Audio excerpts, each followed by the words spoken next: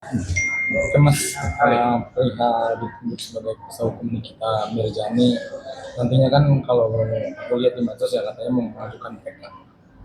Kita komunikasinya tuh dari mulai nih kita tuh akan ditahan di Polda.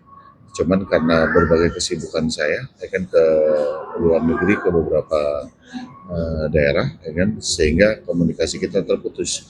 Lalu kemarin itu pas kasasinya ditolak, kemudian nih kita menghubungi saya, ya kan, bahwa dia bilang kasasi itu ditolak. Saya diberikan apa namanya pemberitahuannya kan terkait menyangkut kasasi itu ditolak. Saya bilang hanya ada satu jalan, ya kan, yaitu ruang yang diberikan oleh hukum adalah peninjauan kembali. Kalau misalkan ini kita sepakat, kalau ini kita setuju, kita bahas bersama, ya kan, apa yang akan kita lakukan dalam upaya PK. Lalu ini kita bilang, kalau bisa, ya kan, abang datang ke apa rutan bertemu dengan kita untuk berdiskusi. Lalu kemudian saya datang ke rutan, ya kan, bertemu dengan Nikita. Ya artinya bahwa kondisi Nikita cukup memprihatinkan kan, artinya kondisinya badannya juga terus menurun, ya kan, badannya kurusan dia. Ya kan, akhirnya kita bicara terkait menyangkut masalah PK dan Nikita sepakat, ya kan, dengan pola pikir saya. Lalu keesokan harinya dia menunjuk saya sebagai pengacaranya. Tapi apa yang ada obrolan apa sih Mas dan apa yang diinginkan Nikita sendiri? Ya yang pasti bahwa kan kalau saya melihat di sini, Nikita berkali-kali dia tidak pernah meminta, dia tidak pernah mengatakan kan bahwa kan jadi gini, kalau kronologis awal kan yang diceritakan ke saya, dia tuh bertemu di Kemang, kemudian bertemu dengan seseorang, lalu dia bilang Mbak Niki, kan masih lama gak nih? Kenapa? Saya membeli satu produk, lalu produk ini begini begini begini. Itu yang diceritakan Niki ke saya. Kemudian kalau misalkan boleh saya pulang dulu, saya ambil ke kos-kosan, jauh gak kata Niki? Nggak jauh. Oke, kalau nggak jauh, kan ambil aja saya tunggu di sini. Tapi sudah capek banget, kan saya mau pulang. Lalu mereka ambil, kan, kemudian dikasih Niki.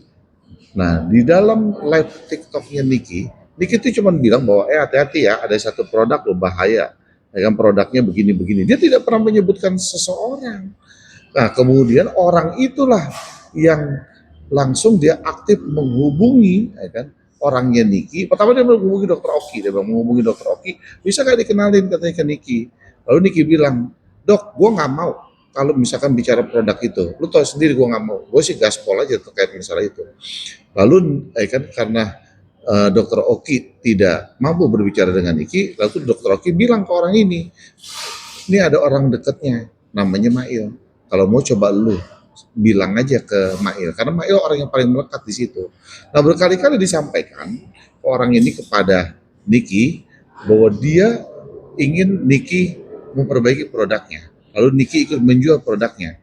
Artinya kalau saya lihat di sini, berarti kan ada kesepakatan bisnis yang ditawarkan kepada Niki. Itu loh, ada kesepakatan bisnis. Nah, ketika ada kesepakatan bisnis, Niki bilang, oke deh, katanya kalau emang lu setuju, tapi dengan syarat perbaiki ya produknya, kata Niki, perbaiki produknya. Kalau sudah diperbaiki, gue mau jualin, gitu loh. Kalau gue mau jualin, nah mereka sepakat dengan angka itu. Berarti ada timbul pembicaraan yang dimulai dari mereka, lalu ditiktokkan kepada Niki, hasilnya apa? Sepakat, ya kan, sepakat berarti kesepakatan bisnis. Nah, hal-hal inilah kenapa ini menjadi diabaikan oleh majelis gitu loh. Hal-hal ini kan bahwa ini adalah murni kesepakatan bisnis. Kenapa timbulnya jadi pemerasan gitu loh. Ya kan, kenapa timbulnya jadi pemerasan? Ketika ini jadi pemerasan, maka dijerat jadi pemerasan. Pertama di tingkat pengadilan negeri kan kalian tahu bahwa unsur pemerasannya kan tidak ada, hanya kena undang-undang ITE dan itu pun juga undang-undang ITE yang paling terberat ya menurut saya sih yang paling terberat. Oke lah kita terima. Kemudian ya kan di pengadilan tinggi jelas dijerat di sini adalah TPPU-nya, kan gitu ya, kan dijerat adalah TPPU-nya. Nah, kemudian Mahkamah Agung menguatkan putusan itu. Nah, makanya saya bilang banyak yang terabaikan dalam hal ini. Oke nih, kita bilang kita perbaiki kembali, kita sempurnakan untuk ini kita lanjutkan menjadi peninjauan kembali. Itulah yang saya bicara kepada Niki. Nah, saya menilai di sini bahwa ini adalah kesepakatan bisnis. Tiba-tiba rumahnya Mail digerebek oleh penyidik, lalu handphonenya dia ambil, nggak tahu bagaimana jalan ceritanya, saya nggak persis nggak tahu, ya kan jalan ceritanya seperti apa. Ya kan terjadi pemutaran di sini bahwa seolah-olah ini terjadi pemerasan. Nah, timbulan Niki menjadi tersangka sehingga menjadi terpidana sampai hari ini. Berarti kalau Anda ini akan meninjau kembali, ada sesuatu atau bukti baru? Nggak, artinya bahwa gini, ya kan peninjauan kembali, ya kan peninjauan kembali itu kan ada beberapa hal yang akan kita ajukan. Nanti kita lihat apakah novum ataukah bukti-bukti ini sudah pernah ada di sidang pengadilan sebelumnya. Apa yang terlewatkan? Kan saya belum terima berkas. Saya baru terima berkas itu kalau nggak salah minggu depan dari Niki. Makanya kita akan lihat dulu dari mulai putusan PN, dari mulai putusan PT sampai dengan putusan kasasi. Karena putusan kasasinya pun juga kita belum terima, gitu. Putusan kasasi kita belum terima. Kita akan lihat apakah ada yang terlewatkan. Kalau misalkan ada yang terlewatkan bukti-bukti itu berarti ada satu bukti, ya kan, misalkan ini kita jadikan novum. Kalau misalkan novum itu tidak ada, kita bisa lihat kan apa sih yang menjadi kekhilafan hakim, gitu ya kan, atau putusan yang keliru, gitu loh kan, ada kekeliruan di sini. Jadi ada beberapa hal ruang itu nggak harus novum, tapi saya belum bisa menyimpulkan di sini sebelum saya bisa terima berkasnya dulu secara utuh. Pak, ada surat terbuka dari Niki di sosmednya untuk Pak Prabowo juga membandingkan kasusnya dengan kasus lain. Mungkin ini kegelisahan Pak Niki atau seperti apa sih? Niki tuh protes kemarin, kenapa dia punya berkas tanggal sekian masuk 1 hari kemudian diputus gitu loh. Sementara saya juga meninjau, saya juga bilang kepada apa namanya staf di kantor, coba kita kan juga beberapa kali pernah kasasi, ya kan sering lah kita lakukan kasasi. Biasanya putusan kasasi itu memakan waktu paling cepat 9 hari sampai 12 hari. Nah, kan 9 hari sampai 12 hari kita coba lihat lagi, review lagi, ya kan perkara-perkara yang pernah kantor kita tangani dari kasasi itu kita lihat ya kan bahwa oh, ya kan ternyata putusan itu memakan waktu 9 sampai 12 hari. Ya kan itu paling tercepat. Tapi kenapa putusannya Niki itu hari ini dimusyawarahkan besok diputuskan, nantinya selesai 1 hari gitu dalam 1 hari. Inilah yang Niki protes gitu loh. Ini yang Niki di medsosnya minta apa tuh namanya, ya artinya bantuan lah ya kan, nanti kepada atensi kepada dari mulai Presiden, Komisi 3, ya kan Habibur Rahman, dan sudah berkirim surat juga kepada Komisi 3 bahwa kenapa sih putusan saya itu 1 hari, ini ada muatan apa dengan 1 hari, itu yang diproteskan Niki kemarin ketika kita berdiskusi di rutan gitu. Mungkin harapannya dengan adanya surat terbuka ini untuk Pak Presiden sendiri seperti apa sih?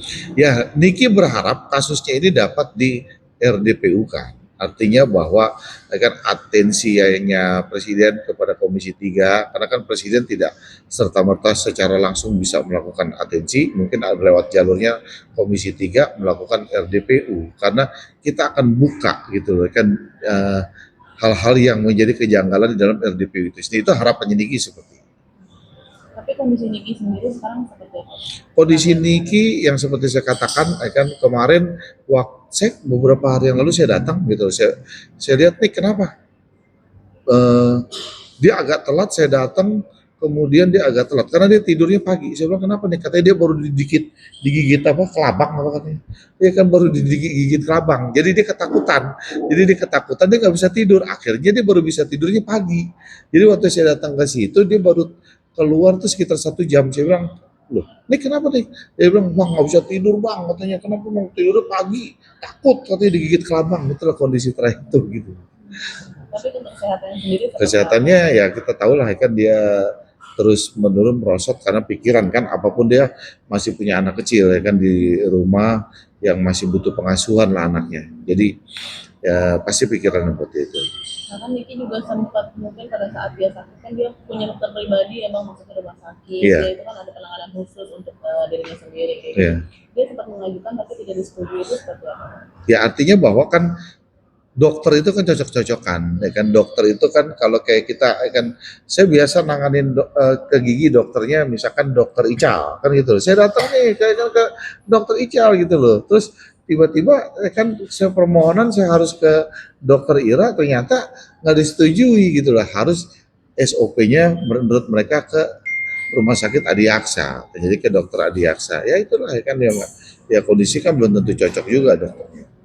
Di sini bisa dibilang Niki sedang menuntut keadilan untuk dirinya ya Bang. Niki menuntut keadilan untuk dirinya, tapi kita optimis dengan PK-nya Niki karena banyak kejanggalan-kejanggalan. Tapi saya akan periksa berkasnya dulu dari mulai putusan PN sampai dengan putusan kasasi.